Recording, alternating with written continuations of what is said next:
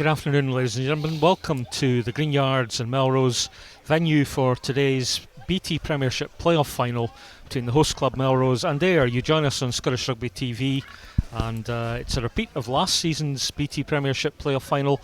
Indeed, the two teams involved today have been involved in every Premiership playoff final since the concept was introduced in 2015 in one guise or another. Let's have a look at the teams for this afternoon's match. We begin with Melrose, who finished the regular season in top place, and you'll note that Fraser Thompson, their fullback, is an experienced player, is scoring tries for fun, captained the Scotland Club 15 to their Dalriada Cup win. Russ McCann, age grade internationalist on the left wing. Up front they'll rely hugely on Ian Moody in the line out, but there'll be a bit of grunt, I'm sure, from the Melrose pack. Experienced front rowers of Grant Shields, who's played professionally, as has Nick Bevan, and Russell Anderson was the player of the match in the Dalriada Cup at Netherdale just last month. Let's have a look at the Ayr team now. And Ayr missing one or two familiar faces. Scott Sutherland is on the bench, no Fraser Climo, but they are buttressed by the introduction of the four times capped Scotland winger from Glasgow Warriors, Rory Hughes, on the right wing. Captain today is Grant Anderson, and up front it'll be interesting to see how George Hunter, who's a capped international prop from the Bahamas, goes in the second row. Joined this afternoon by Scotland's most capped back, Chris Paterson. Chris, prospects for this afternoon's playoff final? Yeah, looking forward to this one. It's a repeat, as you say, of last year's final, in which Ayr came out in top 12 points to 8. It was a tough affair last year. Wasn't a lot of flowing rugby. It was a cold day. It's obviously damp here this afternoon. Temperatures up a little bit on last year, but it's damp with the rain falling just in the last hour or so. So what we'll see, I think we'll see an edge to Melrose, because they will still be hurting from the performance and the result last year. From Ayr, I think we saw a lot of experience in their semi-final victory away against Curry Chieftains 2 weeks ago, and I think that experience helped them win away from home. They're lacking a little bit of that experience, of Pete McCallum picking up that injury, as you say, a big miss in number 8. But the George Stokes is a hard-hitting back rower, as is Tommy Spinks, so they'll do well to fill that void. Worth noting the centres of Stafford McDowell and Matt Davidson both played in the Scotland Under-20 Six Nations Championship of late, and then in Melrose you've got, well, as you say, try scorer Fraser Thompson. He'll always get over the try line, I can guarantee that. Control at 9 and 10 between Murdo McAndrew and Jason Baggett, and then one or two kind of well-known faces in the Melrose pack who'll be looking to get their backs and their half-backs on the front foot and apply a lot of pressure. Certainly a well-known face in the Melrose bench, Ross Ford, 110 caps for Scotland. He'll be looking to make an impact, and he will make an impact at some point in the game this afternoon. But it's a BT Premiership final.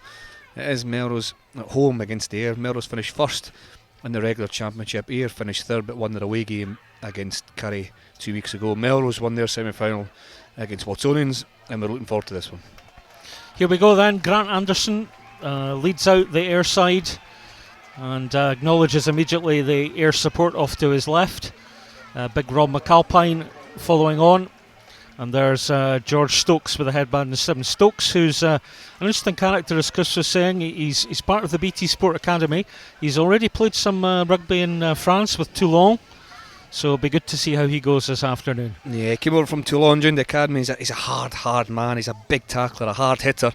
He'll add, subtlety to his game and attack, but he will be one of the destructive kind of elements of this big Ayr pack as well. You see Robert McAlpine there with the scrum cap. A lot of experience, a big backline as well with Stafford McDowell, so there's physicality and size littered right through this side, and we'll see probably one of the smallest guys on your screen there, as we say, that Craig Gosman, who will bring a spark and an attacking mentality to the side as well.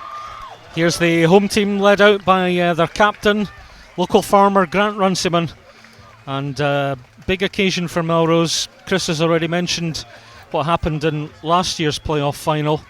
Melrose did gain, I suppose, a form of revenge for that when they went on to win the BT Cup final 2 or 3 weeks later at BT Murrayfield. But a huge occasion for Melrose, start of a very important month for the club. Of course, it's the Aberdeen Asset Management Sevens for them next week. Our referee this afternoon, who's just gone out of shot and is just sneaking back into shot, is Keith Allen, and the assistant referees are Dunk McClement and Graham Ormiston. It's Scott Lyle, who's picked up a couple of Ayr Player of the Month awards this season, gets us underway at the Greenyards for the BT Premiership final. He finds his opposite number, Jason Baggett, and we'll have the first line out of the afternoon adjacent to the Melrose 10-metre line. Yeah, decent clearance kick from Jason Baggett right away. It's I think that's a result of the weather, isn't it? There was no look at counter-attack and no look at playing out defence, just get a good solid strike, get the ball off the field so you can get your defence set from the line out. So it's Lewis Anderson, the 21-year-old Ayr hooker, and he finds Spinks. It's a drive on. Armstrong to Robin Hislop, Langham man. Here's Hunter.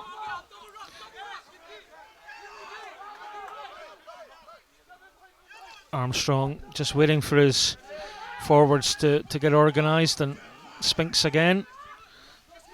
Back to Lyle. Lyle opts for the diagonal.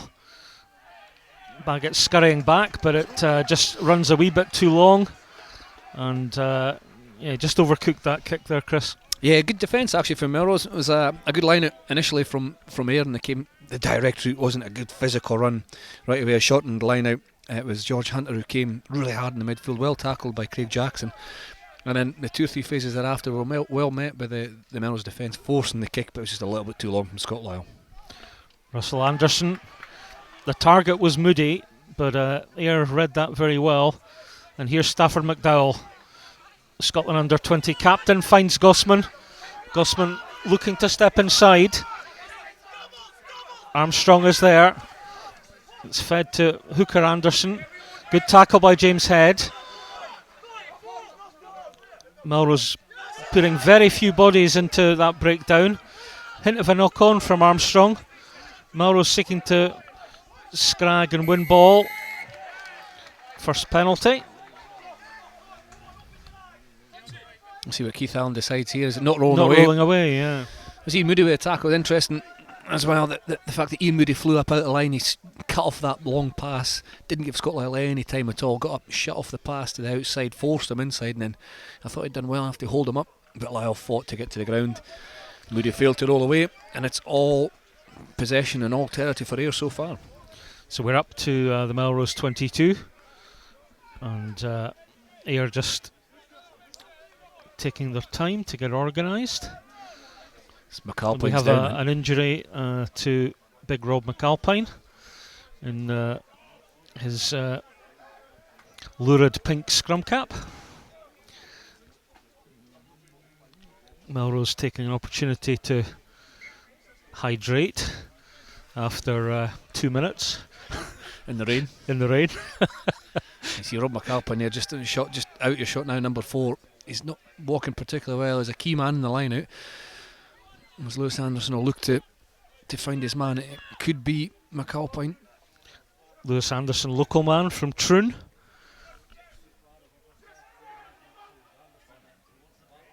And opting for the tail. You're getting a bit of a drive on there. Armstrong feeds. Slow ball. Let's pick and go from Ayr in front of the Melrose posts. Scott Lyle's immediately in behind the breakdown. He may look to flood back to the right here. A late change of direction from Ayr. Here again, just inching forward. Melrose tigerish in their engagement thus far. And it's a breakdown infringement, and it looks like the first chance of points for the visitors. Yeah, I think it's James Head who's penalised. He's not too sure about it. He's giving Keith Allen a strange look there, but it was penalised for not releasing the tackled player. Unless they have clear release, you can't then stay, as you make the tackle, you then can't stay in the ball. You have to give clear release, allowing a fair competition for the ball. James Head was deemed to have held on too long, but it was a simple play really from Ayr, a clever first line thrown to the tail, well won, and then it was one out Rugby thereafter, taking on Melrose physically. I thought at some point they were going to sneak back down the blind side, but there was no intention of that. They kept going the same way, close to the posts, and the first opportunity for points. I'm sure you would have been barking for the ball. Absolutely. I'd have went and got it myself. So first chance of points then. And it's a successful penalty from Scott Lyle. Ayr lead the BT Premiership final. We've just played over 5 minutes here at the Greenyards. 3-0 to the current BT Premiership champions. It's actually a perfect start for an away team, isn't it? You've taken them on physically, you've held the possession, you've won all the territory. Melrose haven't had their hands on the ball as yet. One or two good defensive sets, but as the away team coming here, you're looking to get a good start, get early points, and set yourself in the game. Well done to Ayr, they've done that exactly as I would hope in the first 5 minutes. Jason Baggett gets us back underway, and that was Spinks retrieving the ball. Armstrong goes aerial, knock on, and there was an advantage, but we'll have the game's first scrum. Now the scrum will be an interesting contest today, given Robin Hislop's obviously had experience with Scotland age grade and has played professionally down south and with Edinburgh Rugby. Longwell's been part of the Scotland Club 15, that's the Ayr Tighthead, and then two long in the tooth experienced campaigners in Grant Shields and Nick Bevan as props for Melrose. Yeah, difficult underfoot, isn't it? The pitch is a little bit slippy, although a lot of snow in the borders this week and a lot of heavy rain. The pitch is in good condition, but it is slippy. I say we'll see the first scrum. Keith Allen will manage that. Davy Armstrong with the put in, and it's another opportunity for Ayr to attack. They have had all the possession, as you say, and they're looking now to attack Melrose and attack them in the scrum. Referee thought about blowing but decided to go with it. Armstrong, long pass, Grant Anderson picks up, Anderson to Gossman juggles with the ball, Anderson manages to retrieve it, and a huge chorus of knock on from the Melrose gallery, and we'll have a scrum to Melrose. Yeah, I think it was right, wasn't it? I think Ross McCann did enough to get his shoulder in and dislodge the ball to Gossman, and he wasn't really under full control, Gossman. He was juggling to try and get it back under control. But interesting, that was Gossman sort of second time on the ball, and on each occasion he's stepped off his right foot and looked to come in field, which I suppose you would say is the right thing to do, keep ball alive rather than being tackled absolutely. into touch. And interesting, both tackles have come from Craig Jackson, the Melrose inside centre, so Melrose are shifting hard in defence. That's the inside centre making tackle on the winger, so they're working hard to get across and cover the field. Murdo McAndrew then to feed this scrum, and referee deems that Ayr were boring in. That's an interesting one. I think it's Keith Allen's wanting to, obviously doesn't want too many reset scrums. For me, I thought on this side Longwell had done a really good job on the tight-head side, but the penalty came against Robin Hislop on the other side. So Jason Baggett, and takes play up to just about on the Ayr 22 metre line. Now, as we were saying, Ian Moody is really the main line-out option for Melrose, so we'll see what innovation Stuart Johnson, the Melrose forwards coach, has come up with here, as Russell Anderson throws. Melrose shaping for the driving maul, having to work very hard though. It's fed out now. Big tackle. Stokes, we spoke about before the game, Graham. And that was tremendous engagement from Ayr, and if anybody was any doubt, their somewhat pumped up for the game, and we get a few handbags and exchange of pleasantries, and the referee stands back and watches it all. The crowd looks suitably engrossed.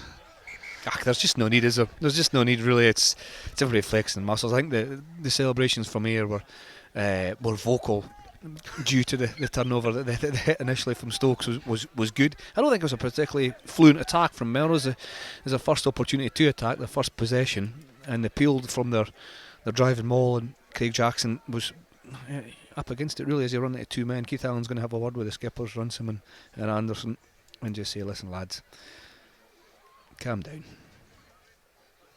Telling them that they're live on Scottish Rugby TV, and the audience will be very disappointed if they don't see a full expression of their talent. Amos. That's right. I don't think they listen to a word, but yeah, I think you can see how much it means to Ayr. You know, winning that turnover with a great tackle by Stokes, big collision, and then following up maybe a wee bit over the top celebrations. And Melrose obviously don't want to see that in their home patch, so they're up for it as well. But the quality so far has come from Ayr.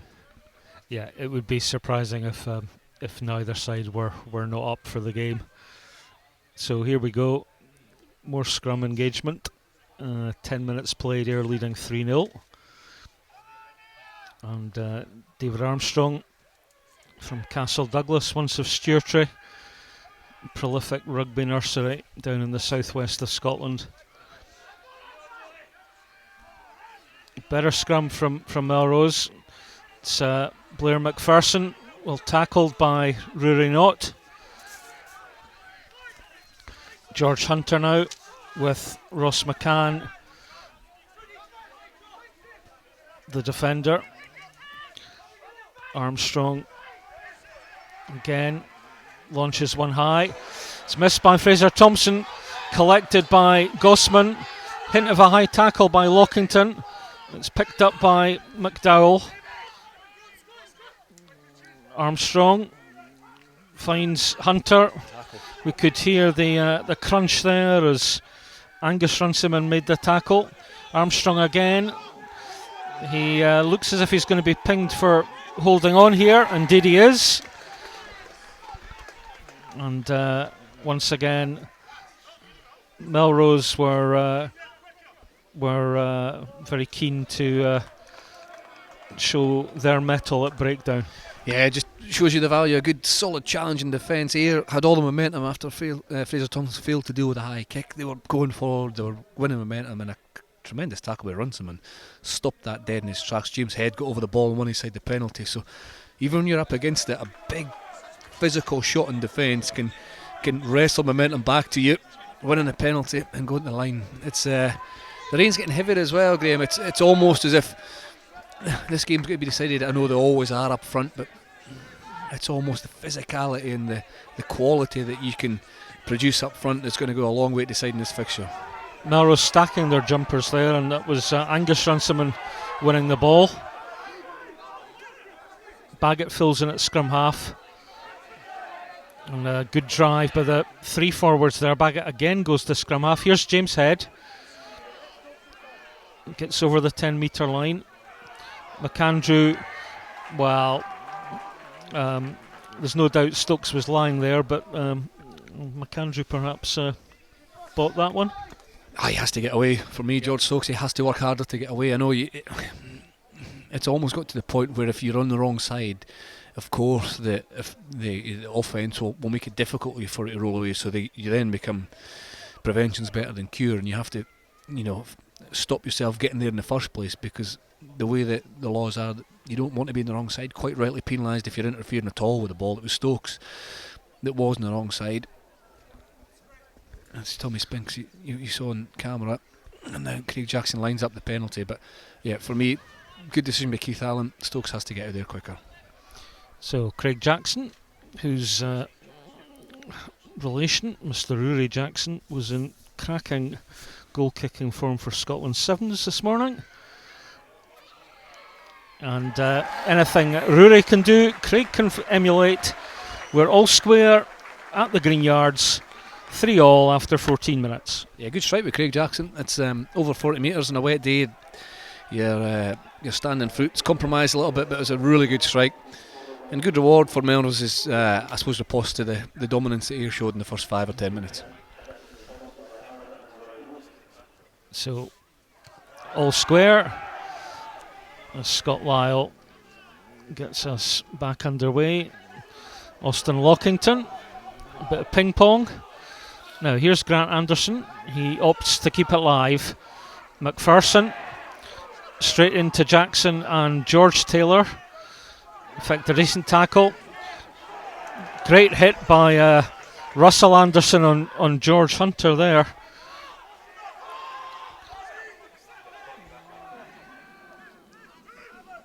And again, it's slow ball. Ian Moody getting his hands on that ball. Jackson to bag it again, looking for the touchline, but Anderson's there. Anderson onto his right foot, and it's a decent response from Ayr's captain and fullback. Yeah, good piece of play for both sides there. Good management. Using the conditions, trying to kick for territory. Well covered by Grant Anderson then, who then had a fantastic clearance kick up to the Melrose 10 metre line. Craig Jackson's been prominent. You see him in the centre of your screen. He's been prominent, obviously kicking the 3 points, but in defence as well. He's had 2 or 3 physical challenges, and he's setting the tone in the midfield for Melrose. Penalty at the line out. Interference with the jumper in the air.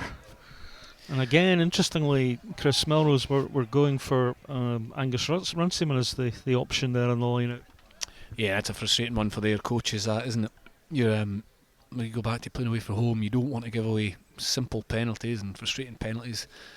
Any interference with the jumper, the man in the air will be penalised. It's an easy one for the referee to pick up on, and it'll frustrate Glenn Tippett and Pat MacArthur and all those associated with the Ayr forward pack. Okay, so once again, Melrose taking that penalty towards the touchline. Moody 3 from the back.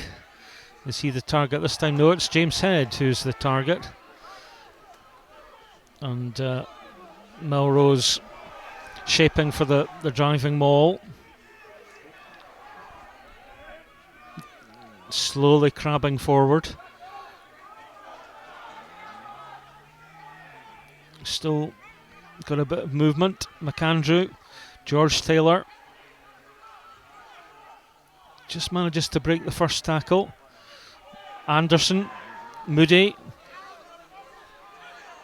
good drive into the Ayr 22, quicker ball. McAndrew to bag it to McCann. Big tackle by Gossman, and the referee ruling was a knock on either way.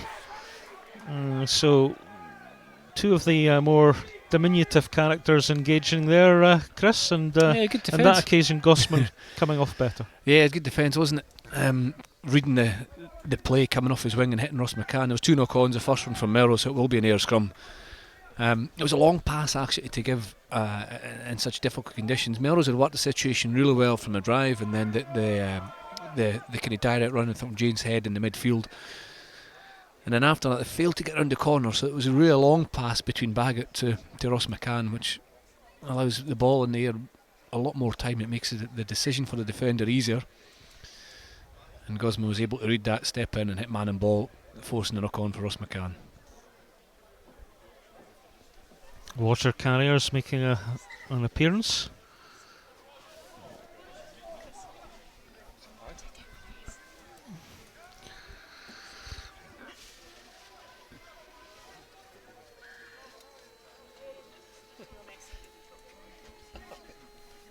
And Chris doing a bit of service for the local community there. Was it your raffle ticket I pulled out, man? Wrong colour, man. Had to be maroon, did it not? Well, that's for another show. David Armstrong feeds.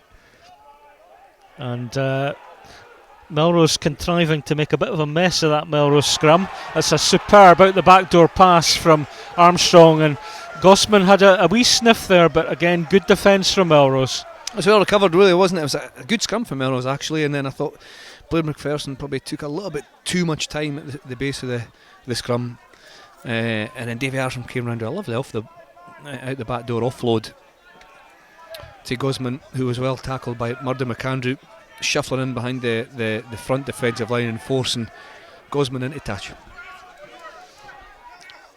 5-man line out then. Correction, 6-man line out, with Jackson initially in the scrum half position. Rory not on the charge. McAndrew, 2 thoughts before he opted. Gosman coming across. Spectacular attempt at a catch. Anderson has to clear up for him, and Melrose are on the surge. But decent tidying from Grant Anderson. And they are seeking to rumble away. Armstrong looking for the option of Lyle, but instead he goes for close range. And their forwards perhaps make a foot or two. Back to Lyle. And that's a decent clearance from the standoff 21-year-old. Yeah, it's a good kick for Scott Lyle. You're right under the shadow of your own posts. It's a difficult kick for you when you're under pressure, when the ball's wet. You have to get a good catch in it. There's charges coming at you, but it's a big kick from there to find touch, and he's did really well to get up almost to the 10-metre line. But again, it's Melrose throwing, and I'm going to wrestle back control of the match here. Melrose have had a lot of possession, certainly territory towards I suppose just in the start of the second quarter. It's still 3-3, obviously. But the last 10 minutes or so have been very much Melrose dominating territory, haven't they? Yeah, and they've looked after possession quite well. They kind of looked as if they'd run out of options there, and Craig Jackson put the high ball up that Gosman just managed to spill back for Grant Anderson to pick up. So that's good game management when the options aren't there. Put the pressure on the opposition. McAlpine beating Ian Moody to that line out ball as Fraser Thompson scurries across on the 10-metre line, ploughs forward 8 metres. Hint of an offside. McAndrew, Baggett, Austin Lockington intruding. McCann, oh, lovely bit of footwork from McCann. Escapes the tackle of David Armstrong into the 22. The pass to Austin Lockington, and you feel if that had gone to hand, Melrose were probably in for a score. Great skill from McCann. Yeah, it was the first time Melrose have really found their attacking edge, having the really good counter-attack initially from Fraser Thompson, who made ground up the right-hand side. The Ayr defence was really tight. Jason Baggett spied that, put the ball out the back, and Ross McCann scything through the line. But the frustrating thing was that the pass to Lockington was knocked forward from the Melrose point of view. But for me, it needed to be a simple pass. He looked to offload it one hand back inside, where just a simple pass to Lockington might have been easier to take, and I'm sure he would have scored. McCann, who was part of the Scotland under-20 squad last season, is in the BT Sport Academy and was also a McPhail scholar out in New Zealand, and that was good skill. It shows you just how I suppose the danger and the threat that Melrose pose with this back three, Lockington, Thompson and Ross McCann. If Ayr are going to defend as narrow as that, then Melrose will find space in the outside channels. Scrum time, penalty time, opportunity for Melrose to extend their lead. Yeah, Keith Allen's just describing to Blair McPherson exactly what the penalty is for. It's so difficult to call from here, but it looks as if they're losing their feet due to the underfoot conditions rather than any kind of deliberate misdemeanour in the front row. But that losing your feet can be a result of just really good pressure, and as you say, it's an experienced Melrose front row with Nick Bevan there, who was a professional at Edinburgh Rugby last season, at a tight head, and Grant Shields, who's had professional experience this season, creating the opportunity for Jackson to add to his earlier penalty. So from just on the 22-metre line, Jackson composed,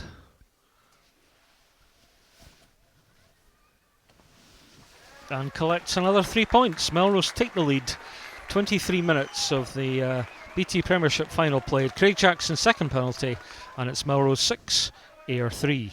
Again, a good kick by Craig Jackson. A little bit of pressure for the first time, putting Melrose ahead. And that was a result of Melrose having good territory, good possession, managing the game well in difficult conditions, and eventually getting an opportunity to take the 3 points. As you mentioned, Chris, the rain is really now pretty steady as Lyle gets a wee bit more elevation on that restart. It was Moody, I think, on the catch. Here's James Head. And Ayr infringing, offside. And offside. It's coming up pretty quickly here, but they are very narrow. You see, just to this side, you see Jamie Bova on the right wing. He must have maybe come on for. We'll find out who he came on for.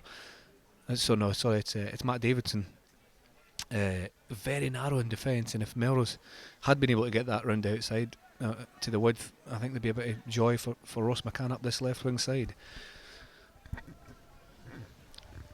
So we saw Melrose engineer a driving maul from the last line out over in front of the temporary stand. The infrastructure going in place for the Sevens next week. Anderson, and inevitably that was picked up as not straight. So back to the drawing board for that one, and Ayr will have a chance to plot something from the scrum, assuming that we get some clean scrum ball. Yeah, the scrums have been a little bit untidy, haven't they? I thought the first one or two went. Ayr looked as if they were in a better position. Melrose won the first penalty, and then thereafter I think Melrose have looked to have the ascendancy at the scrum. But it is difficult to keep saying it for these players in the underfoot conditions. We'll see what happens with this one, but they're certainly not an overriding dominance one way or the other so far in the scrums. Cleaner strike from Ayr. Armstrong. McDowell finds space. McDowell has Rory Hughes outside him. Simple 2-on-1 executed. And in goes Rory Hughes, the Glasgow Warriors wing. It's a classic try, and Ayr take the lead. It's an excellent try by Rory Hughes. The Glasgow Warriors professional. Look what it means to his teammates. He's delighted. He makes it over. A set piece move, really well executed by Ayr. The pick-up for Blair McPherson was quick, so the strike from the hooker was quick, and then it became about Stafford McDowell's cutting the line from Davy Armstrong right up the middle of the field. And wasn't it good to see Stafford McDowell just taking his time, spamming up his options, making an excellently timed pass to the on-rushing Rory Hughes, who scampered over from 25 metres out. First try of the game, Rory Hughes. Hughes, who's had an injury-affected season with Glasgow, but I'm sure he'll take heart from that. And as you say, Chris, good to see Stafford McDowell, the former Merchiston Castle pupil, execute his basic skills really well. It's really hard at times when you're out in the open so much on your own to keep a level head, to understand, as you just watch Lyle chip over the conversion. It's really when you're out in the open field, it's quite difficult to keep your awareness to make the right decision. You feel as if you've got no one around about you, you've got no support with you, so you almost have to check his stride, slow down a little bit. Stafford McDowell, pull the Fraser Thompson, the Melrose fullback, onto him, and then deliver the pass to Rory Hughes. Good execution, good set piece strike, and a good score for Ayr. So that conversion from Scott Lyle takes Ayr into a 10-6 lead, and we're coming up to 28 minutes played in the BT Premiership final. The value of, as you said, a nice clean strike from the scrum, and it was a well executed move as Ayr are quick in the shape of Hughes to be up on the ball. McAndrew to Anderson. McAndrew again. Moody. Melrose a wee bit slow to get bodies to ball there, and Ayr in the pole position to pirate. Yeah, it's a same penalty we see often, don't we? So many breakdowns, so many tackles in the game that they're dominated by the breakdowns are dominated by penalties, either for holding on or not releasing the tackle. That one's for holding on from Mel's point of view. And I think it just comes from not working as hard as Robert Christie, the head coach, would have liked. Melrose, they're working around the same ball way. carrier was a wee bit isolated. The ball carrier has to work harder, but the support player to clear out and then give options to McAndrew at 9 must work a little bit harder to get round the corner. Lyle miscues with the penalty to touch. Armstrong to Grant Anderson.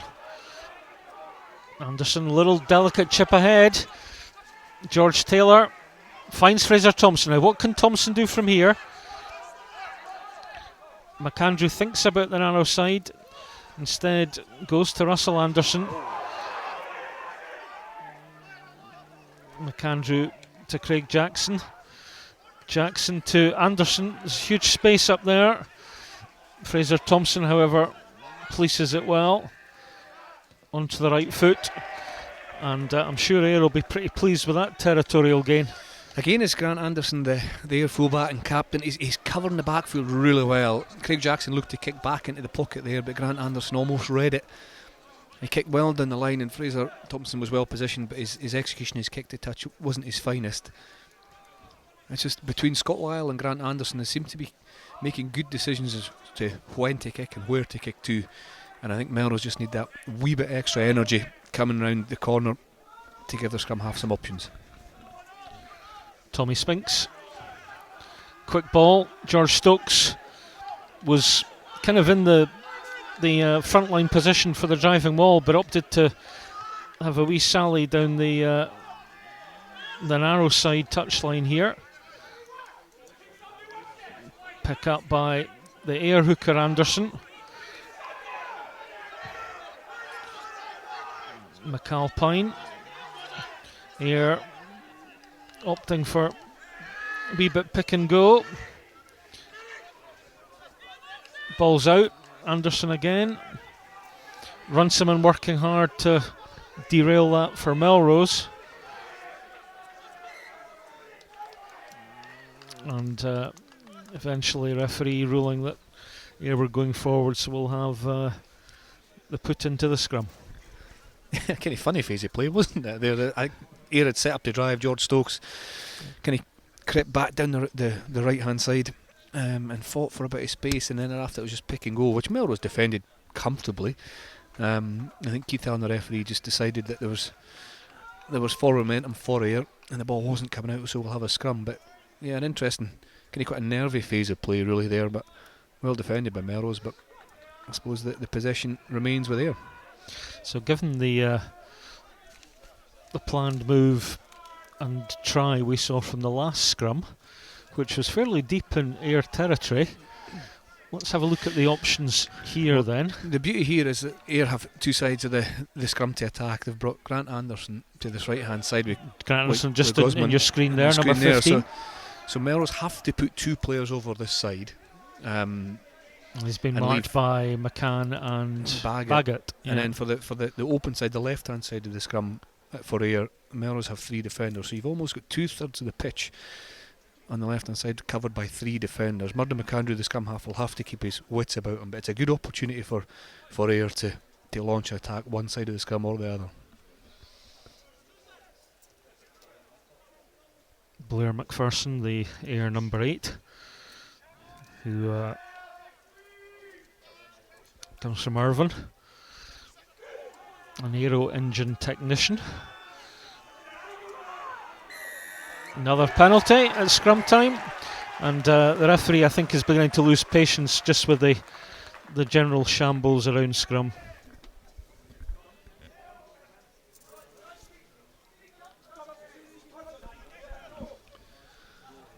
Well, it's Robin Hislop who's getting the talking to from Keith Allen, but it's him that's penalised. But it's so difficult to keep saying the feet go. If your number 3s are pushing straight, you tend to get a good scrum. Now Longwell on this side was turned in from Ayr. I think it was Robin Hislop who was penalised. I couldn't see obviously Bevan on the right hand side, but what will give a good scrum is if your number 3s are pushing straight.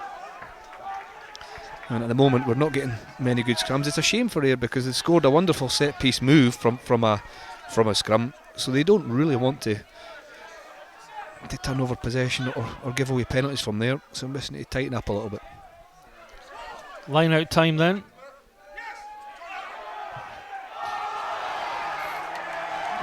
And much the delight and joy of presumably the visiting support, the referee rules that throw in was not straight, and it's back to another scrum. Yeah, we got a better view from this one. It's just almost under a commentary position, obviously in this near side. We've got Grant Shields in the Melrose colours against Stephen Longwell. So we'll look for that number 3. Stephen Longwell will be straight. We can also see Nick Bevan on the far side for Melrose, his number 3 as well. So that'll give us an indication of what's happening. Closer quarters than the last one or two scrums, but we don't want a game dominated by scrums that have failed to be completed. But at the moment, it's a messy area. Sound of the studs looking for that secure foothold that Chris was talking about. McPherson to Davy Armstrong. Armstrong with a bit of a show and go. Tackle by Rory Knott. McPherson first to arrive to dispose of Knott. Here's George Hunter. Hunter tackled by Angus Runciman.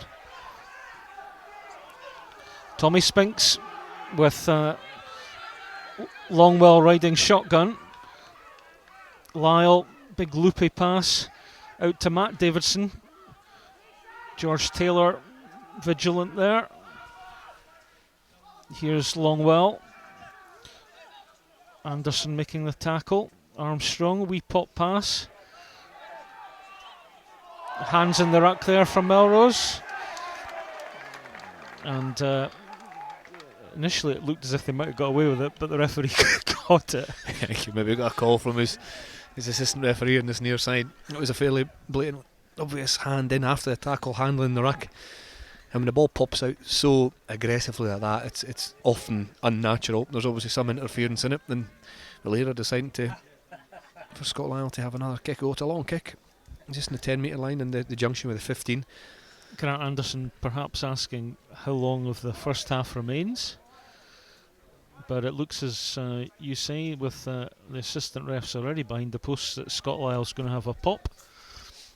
Yeah, I think he's just querying what's happening at the scrum. You see Robin Hislop over there. There's just Grant Anderson as captain with his loose head prop, just querying what's happening at the scrum.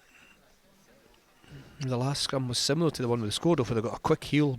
McPherson released David Armstrong down this right hand side, so it's in Ayer's interest to get the ball away quickly, because when they have done it, they've looked effective in attack.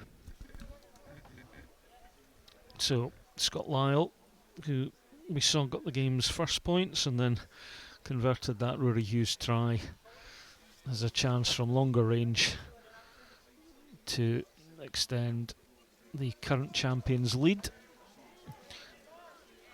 He's made a good contact, and over it goes. Important penalty, 3 minutes from half time from the Ayr standoff. Scott Lyle, previously played with Bedford Blues, Bay of Plenty in New Zealand, and Bury St Edmunds as well. That's an excellent kick, Graham. Again in these conditions at the time in the match, to stretch the lead to 13 points to 6. A really good kick from Scott Lyle. Obviously Fraser Climo unavailable this weekend. Lyle stepped in and he's played really well so far. 13-6 lead, and Ayr also making a good exit there. So one or two questions for Melrose and their head coach Rob Christie to ponder with half-time looming. Well, this is an important segment of the game as well. It's just, as you say, 2 minutes shy of half-time. You've got an attacking opportunity inside Ayer's half, just inside Ayer's half. But target this as an opportunity to get points, because the game's slipping away from a little bit. 13 points to 6.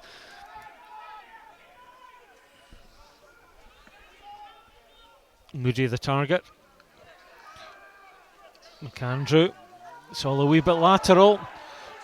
Intercept by Stafford McDowell. It was in fact it was Matt Davidson, I beg your pardon, and it was a bit kind of volleyball spike-ish. Good take by Fraser Thompson now. Thompson's got space on the stand touchline. Thompson goes inside. Juggled by Grant Runciman, but the ball went forward. And really you feel that if the ball had perhaps gone to one of the backs who were inside in support, it might have been a slightly different outcome. Well, the two best opportunities Melrose have had have come from counter-attack, both involving Fraser Thompson. The initially good catch under the high ball on the wet day, and then he took a space ahead of them. I thought he could have passed inside a little bit quicker, but almost in the same area of the field, and just in that 22 on the left-hand side, they've committed knock-ons when they've been in behind the Ayr defence. It's sometimes a sign that you're forcing the game a little bit. It was difficult for Runciman to take that. He did really well to work hard to get in support, but add that one to the one where Lockington failed to collect from Ross McCann's offload. It's a couple of really good opportunities that have gone against Melrose. So you say that the combination from McCann with the lovely footwork and then Lockington just failing to take the pass was 3 or 4 metres further forward, but a couple of chances that Melrose haven't been able to embellish. Big effort from the scrum needed here from Melrose. From their point of view, they can just try and we see a force scrum something completed. Yeah, they're trying to force something before half time, getting an opportunity, whereas Ayr will be looking to execute like they did last time. Maybe Blair McPherson pick up quickly and drive into the Melrose defence. Well, the scrum was shaping slightly more promisingly, and just as the ball got towards the feet of their number 8, down both front rows went. The scrum was BT Murrayfield last night. It was Edinburgh Ulster. There was no scrums in the first half. 43 minutes before we got our first scrum of the match. Bit of a reverse. Since you've mentioned that, I was going to ask you about the penalty that Nigel Owens awarded against Jamie Ritchie in the second half, but we can maybe talk about that on another occasion. Yeah, it was harsh. It was harsh. A wonderful effort for those who saw it. Jamie Ritchie chasing back, making the tackle after a clean break from, I think it was from McCluskey, and then the harshly penalised. Yeah. So the referee is of a view that Ayr are responsible for that scrum going down, and is carding Robin Hislop, who will spend the opening 9 minutes or so of the second half in the sin bin. There's a concern over Stephen Longwell, I think it is, who's just been injured in that scrum. I hope he's getting back to his feet now, which is good to see. But in your screen you can see Robin Hislop and Pat MacArthur as well, who's helping with the forwards coach, Callum Forrester as well, head coach there. Question decision. Now, whether it's right or wrong, Keith Allen, the referee, has spoken to Robin Hislop on 2 or 3 occasions. Grant Anderson, the captain, you can see asking him again, has had a word with Keith Allen. So whether the interpretation is misunderstood or they feel it's harsh, the Ayr players and Robin Hislop have to adapt to the referee. Whatever Keith Allen's saying, that's what you have to. I was going to say, whatever by. They feel tough. They have to adapt. Whether they're right or wrong, you have to follow the referee's lead. And he stuck to his guns and given another penalty to Melrose, and Jackson has an opportunity just before half time to kick his 3rd goal. Here we are then. Jackson, again a really smart connection. Melrose close the gap to 4 points through Craig Jackson's 3rd penalty. It's half time here at the Greenyards in the BT Premiership final for 2017-2018, and Ayr are leading 13 points to 9. Ayr having scored the only try of the game so far through their winger Rory Hughes. Join us for more in the second half. Chris, what do you reckon was said at half time by the respective coaches, Callum Forrester of Ayr and I think Rob Callum Christie Forrester of will be Melrose? very happy. They've played away from home rugby pretty well. They've dominated the kind of start of the game. They've got themselves in front, on the scoreboard, and they've scored the try. I think Rob Christie will be bitterly upset and probably quite angry. You can see that in the first tackle there. Immediately a far more dominant tackle from Grant Shields. I think Robert Christie will be looking for a higher work rate, more energy from the Melrose players, giving themselves an opportunity to win this game, because the moment they're reactive to what Ayr are doing.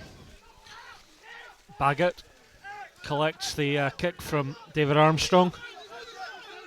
He's held up. And has done very well to set that up. James Head, wee juggle, just about gets away from McAlpine, who scrags him down. McAndrew, I'm not sure who that was for. It's covering by Rory Hughes. Left-footed hoof. Fraser Thompson to Baggett. Baggett goes aerial. Good take initially by Armstrong. First knock on from Ayr, and it's the difficulty of taking the wet ball, isn't it? Well, there's more energy certainly in the second half than what we saw towards the end of the first half.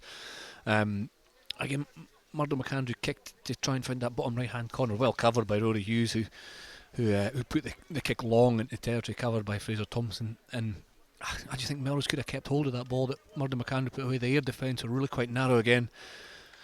They were in the Ayr half, so that there's not too much more territory you can make by kicking there. And you're kicking to an international player who covers the backfield pretty well.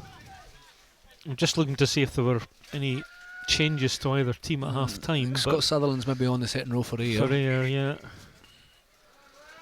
We'll see if this Scrum comes up. Is he there? No. So it looks as if...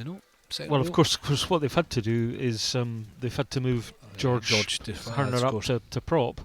So Scott Sutherland is on, yeah.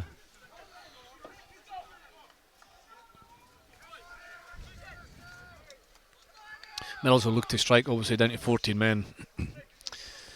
Whether the target, this Scrum Ayr have only... so Matt Davidson's gone off, it would appear. Yeah. Melrose nudging forward. And win another Scrum penalty. Jollity all round for Nick Bevan and co.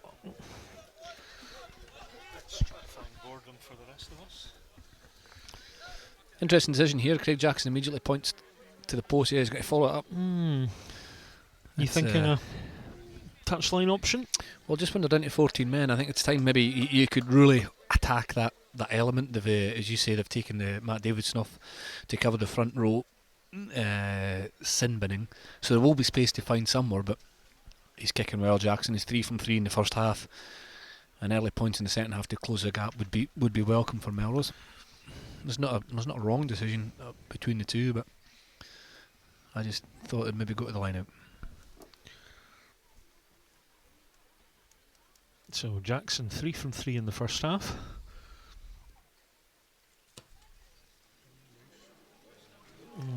But that one just sneaks past the right hand upright, and opportunity missed there. It's a tough kick from there on the right hand side. Not a huge amount lost really from Mel's point of view, because they will receive the kick, the 22 from Ayr. But I just thought with momentum against 40 men, maybe the line, or indeed the scrum again, would have been a fruitful option. Rory Hughes, fly hacked. The ball into touch, so I'm not really sure why Melrose couldn't have pursued it must have been touched, I think. Maybe it was touched by somebody on the touchline. On the billboard. Rory Hughes claimed he touched it, but I think the ball was still in play when he touched it, so I think it must have been the billboard.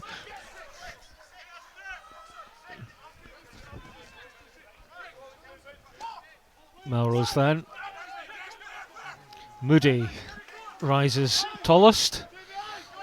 Melrose attempts to get the driving maul going. First time round are thwarted.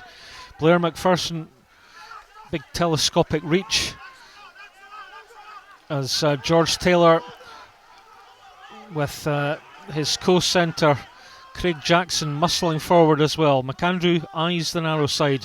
Here's Angus Runciman. Runciman tackled by McAlpine, and a high tackle penalty. And referee Allen, what's he going to do here? Another word with the captains? Yeah, looking like it.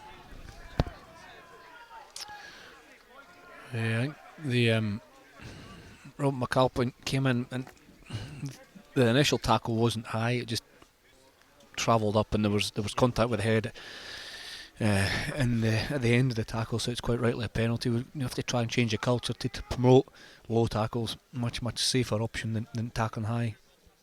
But in the act, have thrown himself into a tackle. Rob McAlpine looks as if he's picked up a bump to his shoulder or his chest, or perhaps a rib. And Melrose this time, I think, will take up the option of kicking into the corner. Runciman's just having a Keith Allen's just having a word with Runciman. It looked as if he was going to react to the challenge by McAlpine. So he's been told to calm down. Having first time round opted for the penalty to the post, this time Baggett on the right foot prods Melrose forward into the 22, and we're thinking that the Melrose driving maul, which has been a fairly profitable source of points for them this season, may come into play here. Anyway, as we've seen before, A before B win the ball first. Well, Stafford McDowell's joined the tail of the line as well for Ayr. Grant Runciman tried to go up the narrow side, but Ayr were alert to that. Yeah, it's good play by Rory Hughes. It's in that position, or maybe even 3 or 4 metres further forward, that the last BT Premiership final finished here at the Greenyards. Yeah, it was well read by Rory Hughes. The Melrose looked to try and sneak around the front. Stafford McDowell had joined the tail of the line out, so actually only left him with 3 defenders out covering the width. Melrose went up the short side through Runciman. Whether it was intentional or not, I think the ball spilled out a little bit, but Rory Hughes was up to the task, dragged Runciman into touch and got himself the line out. McAlpine gets first touch. Grant Runciman tidies. McAndrew launches. Baggett inside to James Head, trying to tie in some Ayr players. Angus Runciman now. McAndrew digging for ball. It's a free ball, penalty advantage. Here's Nick Bevan.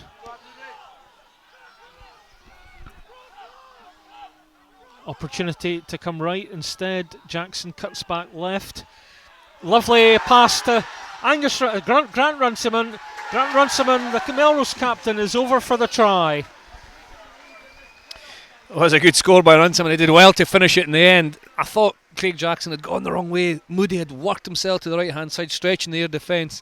But then as Jackson drifted from right to left, he drew defenders onto him. Grant Runciman hit a lovely line, accelerating onto the ball through the gap and beat the final defender, just managing to dot the ball down for Melrose's first try to put them ahead in this game. Try coming from ball against the throw at the line out as well, and the work of the Melrose pack to tidy and then to compel Ayr to defend some of the close range attacks before the ball went wide, as you say, from Craig Jackson. A well constructed score from Melrose. Well, the move from right to left was manufactured by Jackson, but then he just delayed his pass to Runciman, who hit the line into the space and scored a good try for Melrose. So, opportunity to add the extras here. Grand kick, and after the missed penalty, Jackson's radar is backfiring. Melrose benefiting from the extra man while Robin Hislop is in the sin bin, are back in front 16-13 after 49 minutes here at the Greenyards. Scott Lyle taking all the time in the world. Yeah, I noticed that as well. To get the ball started.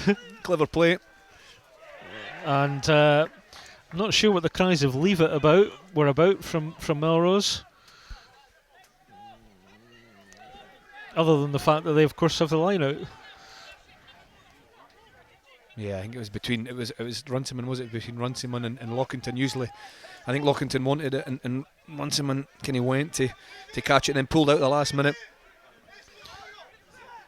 So Russell Anderson, once of Langa, once of Gala, and the Ayr discipline at the moment is really not helping their cause. Sequence of penalties against the visitors extends. Yeah, it's Tommy Spinks has lost it a little bit. I think he's frustrated at the stupidity of interfering with the jumper in the air. It was just It's an easy penalty, isn't it? It's an easy penalty penalty to give. I think it's more frustration than anything else from Spinks to react like that. Just after conceding a try, is that Keith Allen has a word with his assistant referee to find out what's going on. I think there was so Keith Allen having a word with Graham Ormiston of Gala.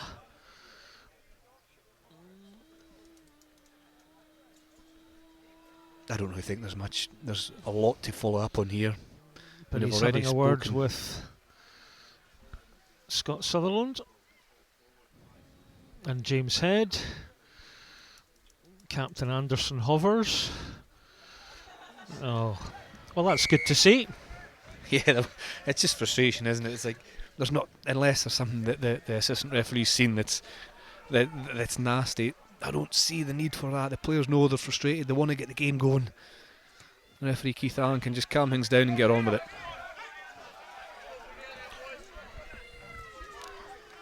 So that's the Ayr sin binning has elapsed, and while Robin Hislop was in the sin bin, Ayr conceded 10 points, or I suppose you could say conceded 7 and the penalty for the sin binning itself. Head, McAndrew, Craig Jackson. McAndrew has a wee look to the narrow side, and as you said earlier, Chris, Ayr very, very narrow in their defence. McAndrew again goes same way. Rory Knott adds his weight to the Melrose forward drive. Baggett. And Rory Hughes working back. Hoofs it forward. Now here's a chance. Thompson with a delicate dab forward off the left foot. Straight into his opposite number, Grant Anderson. Anderson's not getting out of there. So, yeah, absolutely correct penalty decision there from the referee. And your theme of not terribly astute penalties being given away by Ayr continues. Yeah, it's a difficult one. It's a really good tackle initially from Grant Anderson on his opposite number, Fraser Thompson. It's a bit of kind of trickery or cheek followed up between the two players. It was a good tackle initially by Grant Anderson, but then he got caught on the wrong side, and you could see it. You called it in commentary. He's got to be quicker out of there. Even if you will be really forced make any in, effort, he made no effort, and no.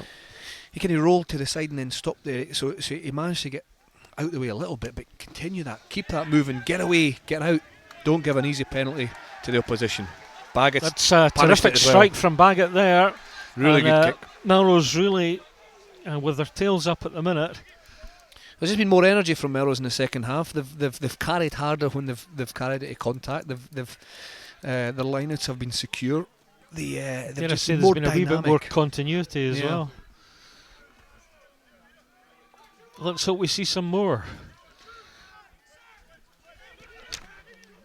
Moody the target. Melrose forwards honeypotting around the ball. It's with Russell Anderson. They've got momentum, but the referee ruling there were players, I guess, in front of the ball obstructing. Yeah, obstructing. He opts for the scrum. Just bubbling over a wee bit. Ayr celebrate as if they've just had the winning horse at the Scottish Grand National. But anyway, yeah, I'm not a fan of that. I know there's thought process at celebrating small successes and make sure you're in it together and get the environment right, but I'm not a massive fan of the kind of over celebrating or winning a penalty. I think it's a wee bit disrespectful, and it can be inflammatory. Good enough play to win the penalty, but get your eye on the next job, secure your scrum ball, clear your lines, or attack accordingly.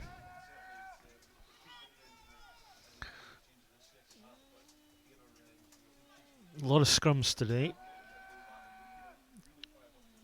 Let's see if we can get a clean heel.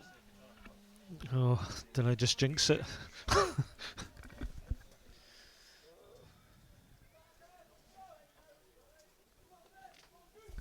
It's a tough corner to get out of from Ayer's point of view here. Melrose have, although they've conceded possession in that last phase in this bottom corner, they'll now make it really difficult for Ayr to get out of there, whether it's pressure at the scrum, pressure at the base, or pressure on a potential kick or charge down, it's a difficult corner for a team to get out here. So here I'll have to be clinical in their execution. 25 minutes remaining.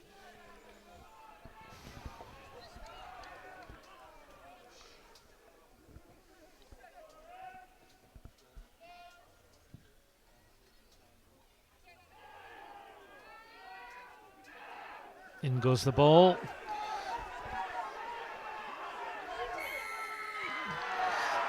This time the penalty is awarded to Ayr, where it seemed that the Ayr loose head had gone to ground. I would have called that the other way from us. So Robin Hislop was kind of going in at the angle there. He was working really hard, but he was going in at the angle. I know it's difficult for Keith Allen. He's on the other side. The assistant referee has to help with that one. But yeah, I think for my trained eye, I think it would have gone the other way. I've watched a lot of scrums. What, just this afternoon, or? Well, certainly added to my tally of scrum watching. Okay, let's have a bit of variety then. Let's watch this line out. And it's Lewis Anderson, formerly of Mar and GHA.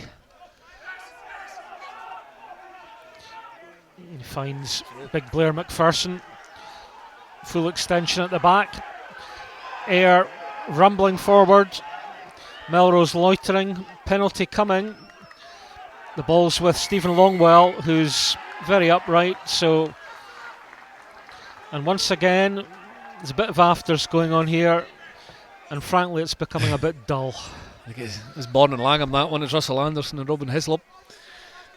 I think going at each other. But a good throw by Lewis Anderson, but that last line out, right to the tail. Driven, it's much easier to drive at the tail of the line. You only got defenders coming from one side. There's no defenders coming from the outside in, so you can drive at the tail, drive it in field. Far more explosive drive, far more explosive rolling maul. It makes it really difficult for Melrose to stop legally. And in fact, they did give the penalty away, and that's a good kick for Scott Lyle as well. So Ayr, who've been under the cosh a bit for the last 20 minutes or so, since in fact they led 13-6 with Scott Lyle's 37th minute penalty. Let's see if they can find a bit of discipline and ask any questions of the Melrose defence. McAlpine. Moody gets out of what looked a potential penalty position. Ayr backs joining, but they lost the ball forward, and all the good work. And again, it's just simmering up front.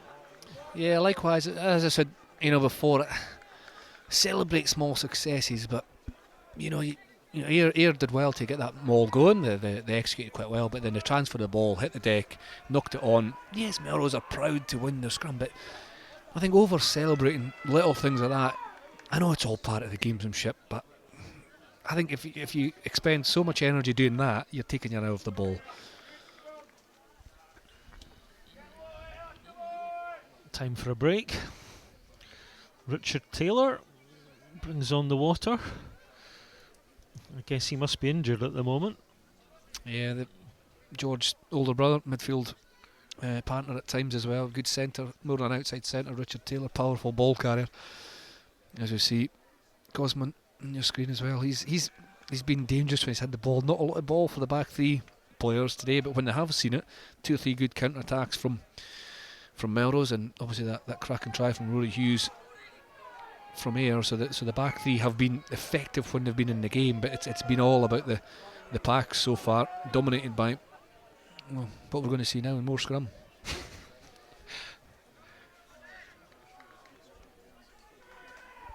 Referee mindful of the underfoot conditions, as you were saying earlier, Chris. We've already seen one scrum at the other end moved a few metres to slightly more firmer ground.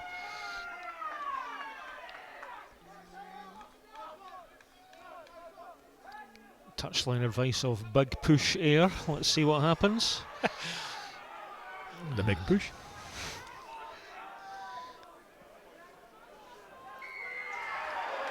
So that penalty came from Graham Ormiston on the touchline. You know what I think I'd be doing with this stage? I think I'd just yellow card both front rows and just get on with the game. It's difficult, isn't it? It's difficult to know what's going on in there. I mean, I think you do have a lot of experience in there, but it's almost which team wants to break free of that. Can you arm wrestle in there? I keep going back to it when Ayr have had a quick strike and launched their attacks, they've looked effective. Melrose, the last couple of seasons have been synonymous with scoring tries and being, attack minded. Maybe it's just the nature of a Premiership final. Last year was quite similar. You've got a lot to lose, but I just think both teams have quality. Although it's wet, they have quality to move the ball. And love to see both teams express themselves a wee bit more, I guess. Well, there has to be a balance. There has to be a balance, really, and you don't want to be silly. Of course, it's wet, but at the right time in both. Certainly, Ayer's defence has been narrow at times. Melrose have been probably susceptible to flooding back down the blind side at times. So there's space out there. It's just having the courage to get it there. James Head beats Tommy Spinks to the catch. Melrose have options to come left, instead go right. Yes, this right hand side for Melrose, there's a lot of space. Flooding it belatedly. Baggett, it's a lovely kick from Baggett, and as you were saying earlier, to escape from that left hand corner as Ayr looking at is going to be quite difficult. Yeah, it was a good kick, wasn't it? I think it was Jackson or Baggett that just popped back down the right hand side. There was room to pass it up the short side. Of course, Melrose try came from the movement of one side of the ruck to the other. That time decided to put boot to ball in their own half. Good execution, and it puts the pressure back on Ayr in their own territory.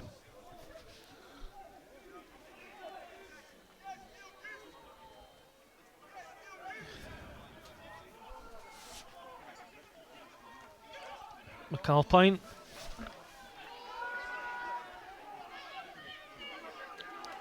Ayr inching forward. Armstrong to Rory Hughes. Hughes, you could see what he was trying to do, but the ball straight into touch. It's just, actually, that's a really good example of what we're talking about, having the courage to do what's in front of you. David Armstrong and Rory Hughes read that situation really well. Yes, they don't get the reward because it's, Rory's kick's gone into touch, but that was the right thing to do. There was space up that short side. The maul was effective. They've drawn in position, and if it's a better outcome from the kick, then I suppose that you get more plaudits for making the right decision. But for me, that was the right thing to do. Just lacked a little bit of clinical accuracy.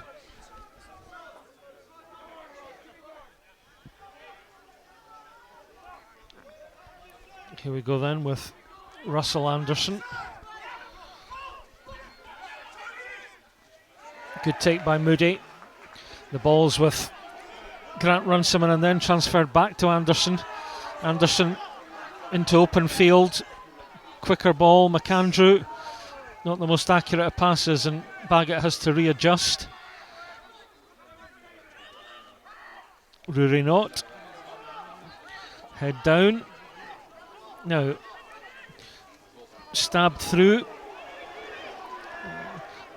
There's a lovely kick, and once again we're back into the Ayr 22. Good management from Craig Jackson. The earlier one, just 2-3 minutes ago, was a cracking kick, but there was an opportunity to run it. I think that one was the perfect decision. Ball on the ground, can't be marked, in behind the Ayr defence, and even if Jamie Armstrong had been able to pick that ball up, there was nowhere for him to go. Good play by Jackson, and again, it's profitable coming back against the grain, down the short side and pushing the kick through in behind. Rolling subs in the BT Premiership, of course, but neither head coach going to their benches yet.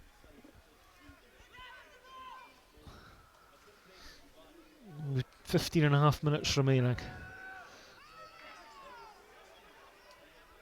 McAlpine beaten to it. Bevan feeds Grant Runciman. Runciman up to within 5 metres. McAndrew to Rory Knott. McAndrew fiercely directing his forwards. Grant Shields.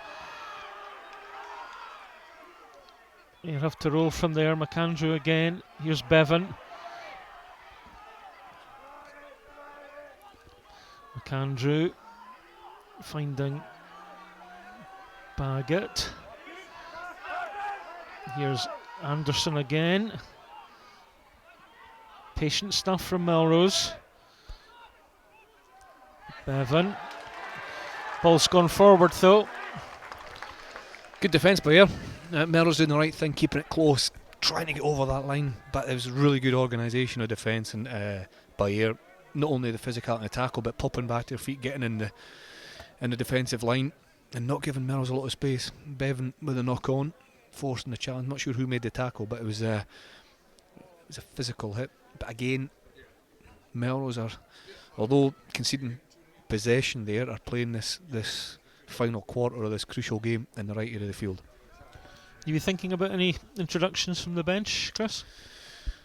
Well, I would. I mean, I think if you've got Ross Ford on the bench, it'd be in his experience and his strength in the set piece and being able to carry it, it'd be an particularly obvious given one. the nature of the game. I mean, obvious one. Now, Russell Anderson's playing well. He's played well all year. He's been one of Melrose's best players. So it's sometimes hard on him. But I'm sure he would understand if a 110 cap man comes off the bench. You've got Scott Sutherland on the bench for Ayr, who could certainly bring something into this attritional game. Paddy Dewhurst had a cracking under-20 series for Ayr, so he can bring a spark. As we see, a dominant scrum this time from Ayr, winning the penalty. So there are options on the bench, but with just under 15 minutes to go, there doesn't seem to be a lot of effort to warm up behind the post from the replacements. More spectators.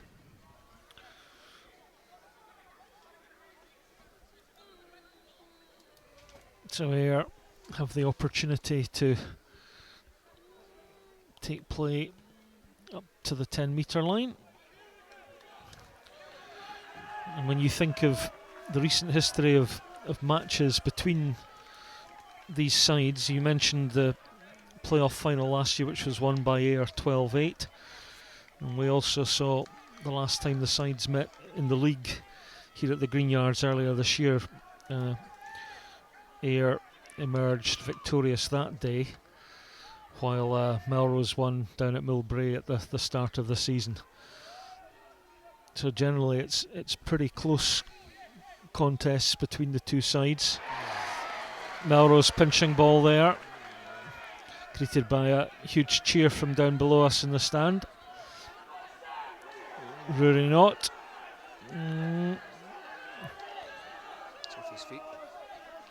Baggett again looking for that corner over the head of Grant Anderson, and guess where we're back to? It's that corner again, isn't it? It's good management, cracking steal from Ian Moody in the line out, got lifted high, rose high, got the ball, won it back, and again the Ayr defence came off the line really quickly. There's calls of offside, but I think they're just aggressively up in the line, and Jason Baggett knew that. There wasn't a lot of space for him to aim to, but with the accuracy of his execution, he found it in behind Grant Anderson, and it puts the pressure back on Ayr. This final quarter, as we say, almost gone at the last 10 minutes, territory becomes really, really, really important, and Melrose at the moment are managing that territory well. Ayr just trying to bring a degree of organisation. Spinks hints at a break down the narrow side, but he's not got the ball. Davy Armstrong, and that's a useful hoof from the scrum half. A good kick over the shoulder for Davy Armstrong, getting off the field. It's going to be another set piece for Melrose. The line at work's been pretty good. The one or two kind of missed line outs in the first half, but the second half I think they're sitting at 100%. Melrose, they've shortened the line out here. Is it a 4-man or a 5-man? Going to a 6-man actually. Getting James Head out, Rooney not out in the back line. It's over the top. Stokes tidies up. Grant Runciman Oh, the referee, I think there might be an injury there. Yeah, it looks as if somebody might be out, and he was very quick to blow. Safety, of course, paramount. It's Big Longwell. Yeah, Keith Allen was right on it, wasn't it? Well, it was a clash of heads between Nutt and Longwell. They're both certainly getting treatment, but you can tell by the Stephen Longwell's body language line there, he didn't look comfortable checking at his shoulder and his neck, but I think it was more like a head knock. We'll have a look. But just going into almost into the final 10 minutes, Melrose leading 16-13. And most of this game, certainly the last 20 minutes, has been to our right, deep in Ayer's territory. Only 3 points in it. You get the feeling that there's Ross Ford on your screen there. Is he looking to come on? Rob Christie having a word. I'm not sure if he's getting ready to come on. He's putting his breeks back on. He's putting the tyre warmers back on. I think it must be Ford must be feeling the cold in there. But it's good to see Stephen Longwell's fine, Rory Nutt's fine, and we're going to be back into action. So as I was saying, that that there's only 3 points in it. I don't feel as if there's a long range try in this game. It seems to be more as if it'll be a penalty. It'll be a kind of a mistake one way or other. I may be wrong, but I think territory becomes paramount.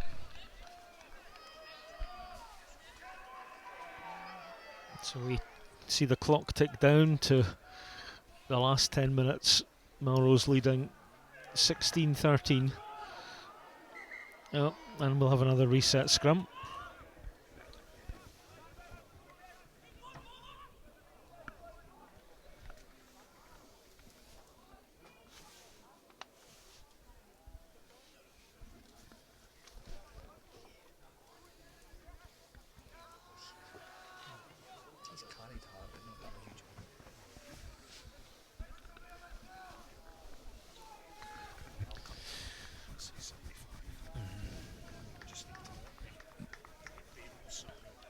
It's eating up valuable time in the clock, this as well, isn't it?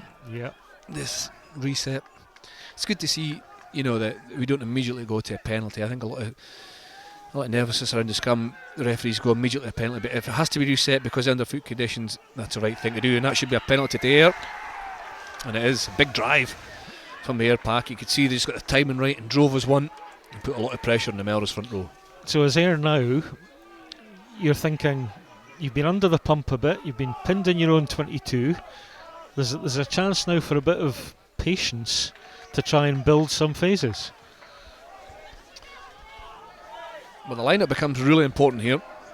Obviously, stating the obvious, but it's like they had a bit of success from a throw to the tail in a drive. It looks like Ross Ford is entering the field for Melrose. Yeah. Ross Ford. He's coming on the back row. Coming on the back row for Rory Nutt. Fordy, of course, played for Scotland under 19 as a blind side. It's full circle. Yeah, throw the tail again, and that drive. Tommy Spinks. Side entry from Grant Shields. Ian Moody's in the wrong place, but tries to get back into a more conventional defensive position. The amount of verbals and advice that's going to Keith Allen. Ball is coming back for Ayr. It's Rory Hughes. Good low ankle grasp from McAndrew. George Hunter. Ball's there, available. Slow, but perhaps this is the desire to just build some phases. Look at the options. Melrose have to be mindful, of course. They don't want to give away any silly penalty here.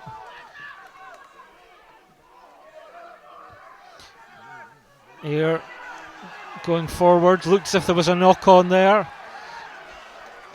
Indeed there was. McAndrew, not sure why he kicked there. Well, you're kicking away advantage from a scrum advantage. Obviously, as soon as you kick it from a knock on or scrum advantage, you lose your advantage. So he did get the ball off the field, which gives everyone an opportunity to catch their breath. But Ayr get a wee bit of success from that long throw to the tail from Lewis Anderson and that drive round the back.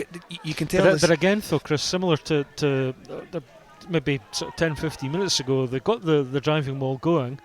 Maybe 2 or 3 movements to the driving maul, and then there's a knock on. Yeah, you've got to respect possession, and I think you're asking the same players to do the same thing, like time and time again. A little bit more variety, perhaps. Stafford McDowell being used in the midfield off the maul.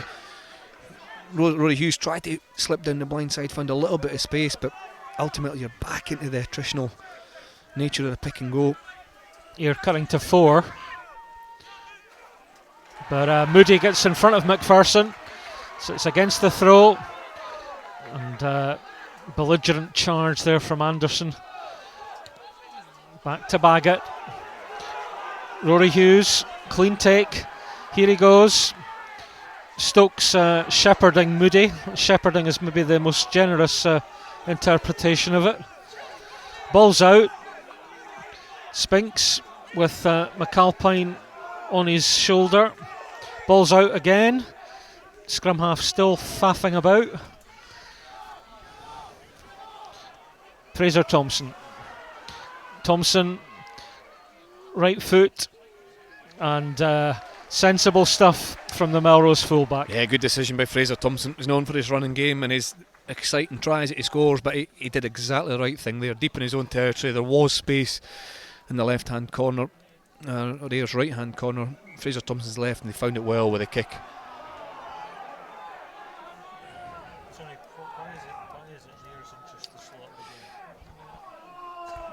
Let me see the bit of cramp in this. Is it Rory Hughes in this right hand side? Rory Hughes down here, yeah. Treatment. See, there's another cracking line out steal from Ian Moody that set up that last attack. He's had 2 or 3 really crucial ones in the second half. You have another opportunity here as Lewis Anderson lines up, going into the final 5 minutes. Rory Hughes is going to be replaced. Rory Hughes departs, and he's replaced by Paddy Dewhurst. Paddy Dewhurst, the Scotland under-20 BT Sport Scottish Rugby Academy player, who's played some club rugby before for Cumnock, elsewhere in deepest Ayrshire. So Chris, with 4.5 minutes remaining, thoughts on player of the match? Well, obviously the game's still in the balance, but for me, the guy who's contributed a huge amount to this game's the Melrose inside centre, Craig Jackson. He's set up Grant Runciman's tries, kicked the penalties, he's defended really well. Some of his tactical kicking in the second half has been outstanding. So today's man of the match, BT Premiership man of the match, number 12 for Melrose, Craig Jackson. Craig Jackson, former Scotland age grade, right on cue, hoofs the ball forward, but Scott Lyle gets there first, and the commitment of both players, they crash into the Scotland's best loved best hoarding, but happily both are okay. Yeah, again, Ayr have to kick out, don't they? Again, good management by Melrose. This will go up in the air as well, I'd imagine. Lockington inside to Baggett. Baggett goes aerial. Armstrong and Grant Anderson scurrying forward. Anderson, good take. Good tackle by Nick Bevan and his front row colleague Russell Anderson. Lyle spears the ball forward. Fraser Thompson now. Thompson will be sensible here. He finds Stafford McDowell. In fact, it's Davidson. Thompson again working hard at breakdown. Armstrong. The referee will consult with his assistant. Yeah, it's knocked forward by Murdo McAndrew in the act of tackle. I think that's the right decision to go for a scrum. I think it was too close to be a deliberate penalty.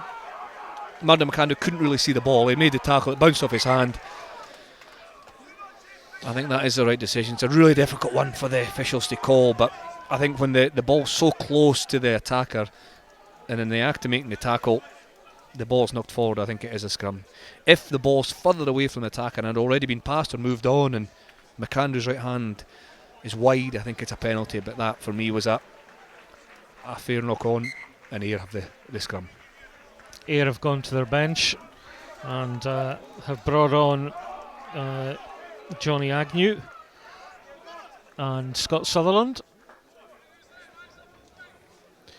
and it looks from the way the scrum is shaping that Ross Ford is in the middle of the front row, as you would expect, and Russell Anderson has gone to blindside flank.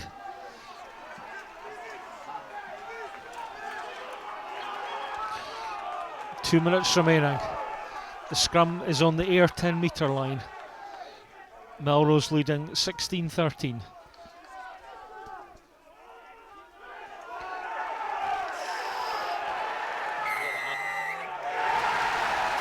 And a game where we've seen so many scrum penalties, and that time with Scotland's most capped male player in the Melrose front row, they were definitely driving forward.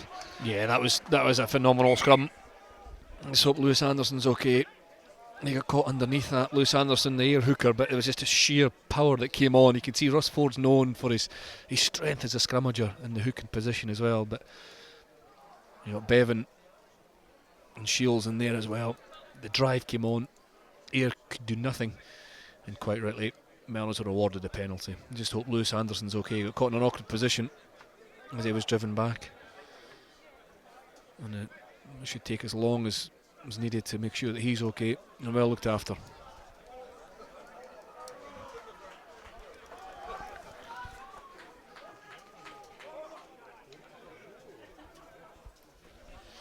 So in terms of what Melrose would do when we do resume, do they go for goal, Chris, or do they opt for touchline? I think you go for the touchline and use the time to eat up the clock. Even if you kick the penalty, you're only 6 points ahead. It's a long way out. On a wet day, I think you're better getting closer, looking after possession, and the chances are, maybe you score a try or you keep possession deep in the enemy territory, or in fact you maybe win a penalty closer to the posts. Ross McCann and Fraser Thompson on screen. Not really a day where either of them has been as influential as throughout the league campaign, but we did see McCann with some scintillating footwork in the first half, but unfortunately Austin Lockington couldn't quite hold the inside pass from McCann. All smiles at the moment though, the Melrose players, as it's hard to see how they can lose the game from here. Yeah, just keeping an eye on Lewis Anderson. He's sitting up now. He's getting treatment obviously from the Ayr physios. It's good to see him just checking out his neck. I don't think he should continue. He's obviously got a problem with his neck, so it's great to see him sitting up, but even if he is okay, there's no point in, from my opinion, playing for the next 1 minute 10 seconds. Got to get him off, look after him, make sure his neck's okay, make sure his shoulder's okay, and as I say, that the safety of the players is absolutely paramount. It should come first, and they probably bring on David Young, the replacement hooker, but quite likely taking the time. But it is Melrose that have the penalty. It will be kicked into touch. It will be, I think, if they win the line, it'll be driven. It'll be direct towards the Ayr line, and it's this corner that's dominated last year's BT Premiership final, where Scott Sutherland won the line out against the throw. We're going to end up in the same corner. Lewis Anderson departs, and happily he was able to get to his feet. The referee has a wee glance at his watch, restarts it, and Jason Baggett, he'll be on a pro contract with Edinburgh next season.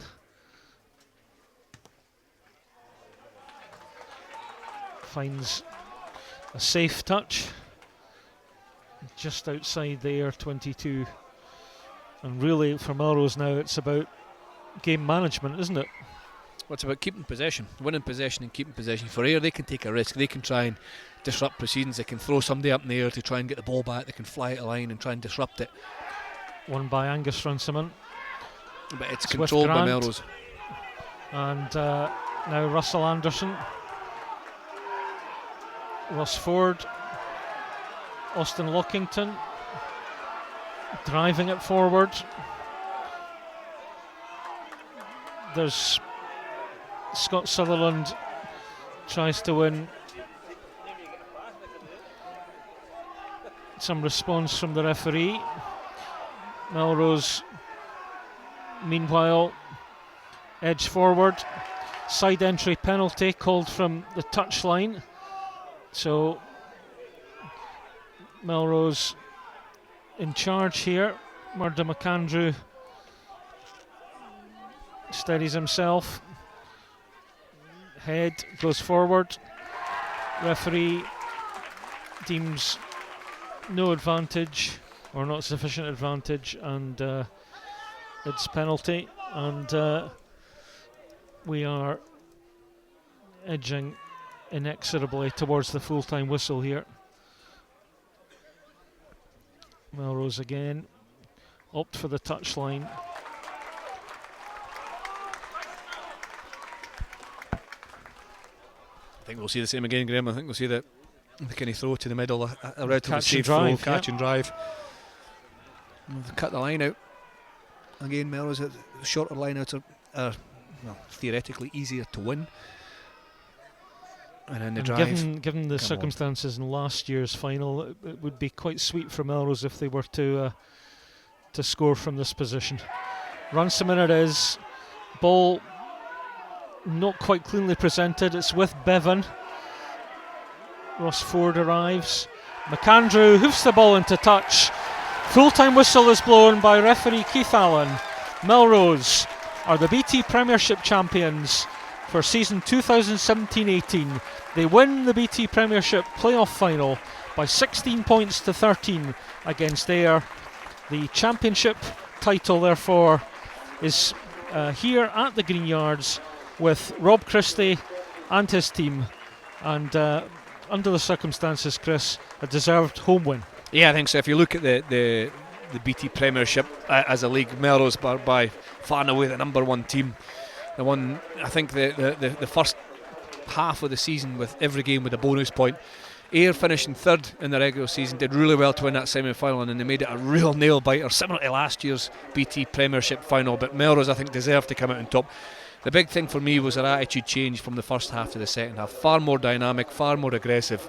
They moved the ball well. The control came from a number of players, but our man of the match, Craig Jackson, kicked his points very well. He distributed well. He kicked from hand well, set up Grant Runciman's try. Only one try apiece, Rory Hughes in the first half for Ayr, Grant Runciman in the second half, and I'm absolutely delighted for Robert Christie, the Melrose head coach, to add the BT Premiership title to the BT Cup final they won last year. He drives incredible standards at Melrose, and these players respect him, they respect what he does, they work hard for each other, and it's always disappointing for the losing side, for Ayr, who did really well to reach this final. They'll be disappointed with the outcome, but Melrose, it's their day and they deserve the BT Premiership title.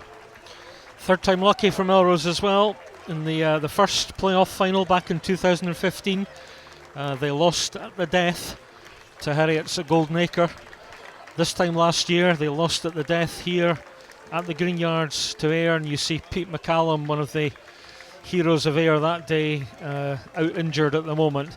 So, as I say, third time lucky for Melrose in the BT Premiership final. And the point you made earlier, Chris, Melrose by far and away the most consistent team throughout the regular league season, and were unbeaten in fact during the 2017 part of the season.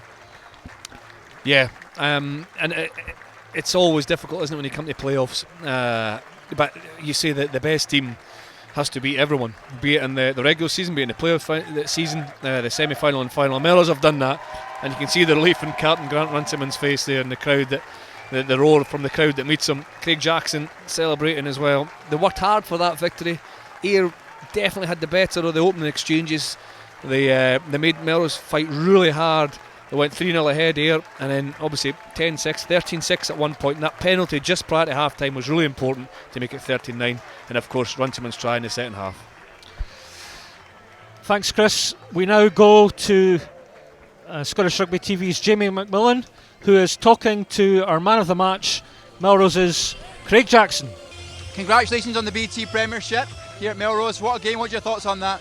Well, it wasn't pretty at times, but we ground out. Fair play here, they've come here with a game plan, they've taken us on, but we've deserved it all year, and it's been hard, but what a grand final. This is the Premiership, what it's all about, and you get a big final like that, it's class. It seemed like the game changed for you in the second half. What was said at half time? We just went back to type, nothing had to change, we just had to get them in the areas, they weren't going to cause us too much damage from in there, we squeezed them in a lot, and as I say, our forwards put on a hell of a shift, and backs put in some excellent kicks in the backfield, so just pin them back in there, and in this weather it's hard to go from the length, so we just played the conditions in the second half, but slightly better than they did maybe. Congratulations on the man of the match, go and enjoy it, well done again. Back to you, Graham. Thanks very much, Jamie. The presentation party is readying itself. Huge roar. That's Bob Christie just addressing all his squad. It's good to see the guys who weren't directly involved today as well. And amongst that huddle, all the kind of backroom staff, the backroom players, a big squad. Yeah, some well-kent faces there. Bill Noble, former teacher of mine, Bill. Watty Todd. You still got the marks to prove it? Exactly, aye. It's a good club at Melrose. They do things really well. Watty Todd ran the line for Melrose for many years, didn't he? Yeah, certainly did. And that's why Melrose run a really tight ship. Successful on the field. Their youth section, their young section, all the way through the club is excellent. They keep Melrose people involved in the club, and they're forward thinking. It's our sevens, obviously next week, but today is about today and them becoming BT Premiership champions. Ayr are obviously disappointing. You see Callum Forrester addressing his troops as well. They'll be disappointed. They're a quality side also. And you see in the middle of that huddle there, it's Callum Forrester, the disappointment. But they can be proud of how they got here, how they dug in when their season didn't go, as well as they'd hoped. But they've still managed to reach the final. They've still managed to push Melrose the champions all the way. While you pause there, Chris, Peter Lavery, the BT Premiership rep on the Scottish Rugby Council, has presented the Player of the Match award to Craig Jackson. For those of you who remember Meccano or Lego, you'll be delighted to hear that the stage for the presentation has just about been completed. The final piece of this interesting jigsaw is just about in place. It's a good moment for players. This, you see that on your screens. Your hard work, a lot of your hard work for the season is built towards this moment. Obviously Melrose have a BT Cup final as well to play Stirling County coming up, but there's all the nights of pre-season that start probably late June, early July.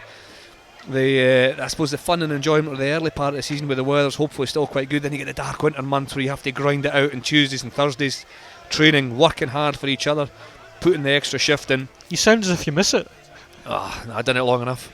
But these are the moments you do all that training and hard work for. You see Grant Anderson with what I assume's one of his kids is happy as well. He's got a smile on his face. He played well, Grant Anderson. He covered the field well. There's the trophy they were playing for, the BT Premiership. But Grant Anderson was sensible. He covered the ground well. He kicked well out of hands. He would have been a contender for man of the match as well with his experience. But going back to what we're saying about the energy, the work rate that goes in, week out. These are the reasons you do it at moments like this. Sharing success with your teammates and your club mates. So the presentation party is moving into place. The presentation party comprises Rob Flockart, the president of Scottish Rugby, Bruce McClory, representative from our sponsor BT, and Peter Lavery, the Premiership representative on the Scottish Rugby Council. And good to see Lewis Carmichael there as well, playing last night for Edinburgh Rugby. He's a valued member of the squad here at Melrose. It's good to see him supporting his local team after his exploits last night in the professional game. Yeah, it is good to see. Lewis of North Berwick originally, but made his kind of transition into the professional ranks from Melrose. Neil Evernhess there as well, who's injured, who'd played a big part in the season. There's a abrasive back row, second row player for Melrose. And So to the officials. Sorry, Chris, to the presentation, and we begin with the presentation of the match day medals to the referee, Keith Allen, and his assistant, Dunk McClement, who's a Royal Navy officer at Faslane on the Clyde, and Graham Ormiston. Peter Lavery doing the honours with the medals. Ayr now come forward to receive their runners-up medals, led by Grant Anderson and his kid in the appropriate pink and black hat. The medal goes to the kid. Nice touch from Peter Lavery. It's Pete McCallum, ruled out of today through injury. Stephen Longwell, Craig Gossman, Scott Sutherland, who is retiring at the end of the season. A real stalwart for the Ayr club.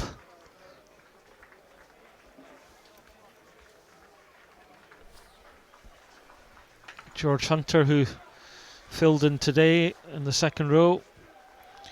Stafford McDowell, Blair McPherson, Davy Young, the man from Girvan, Johnny Agnew, Lewis Anderson, who at least is, in fact, it's George Stokes, beg your pardon. There's Rob McAlpine. Matt Davidson, who made his debut here in the league game earlier this year. Robin Hislop, Tommy Spinks, some of the Ayr backroom. Harry Ward, the scrum half replacement. Jamie Bova, Davy Armstrong,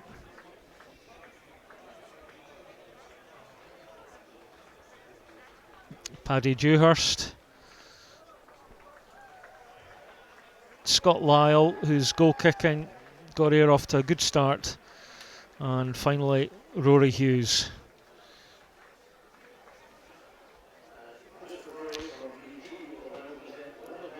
And now, proud moment for all those connected with the rugby here at the Greenyards as Melrose go forward to receive their medals, led by Ian Moody,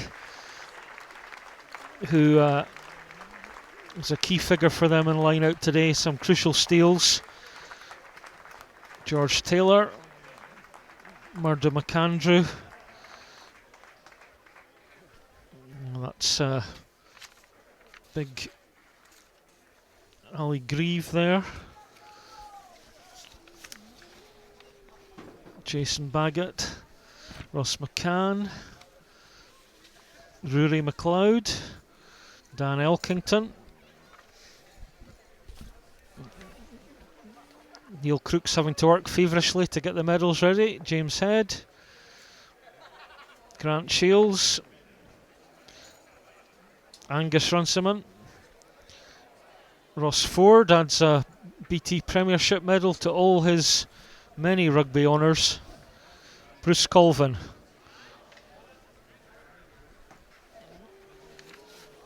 it was Gavin Wood, Nick Bevan, Paddy Anderson,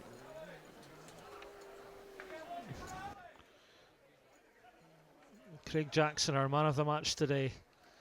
Fraser Thompson, probably the most influential individual in the Premiership this season.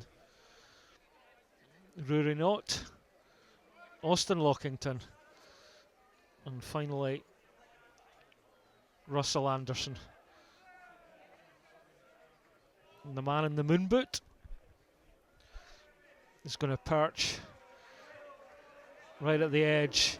Grant Runciman, the captain. Rob Flockart offers his congratulations to Grant Runciman. Melrose, Scotland's champions in the BT Premiership for 2017-18. Many congratulations to them.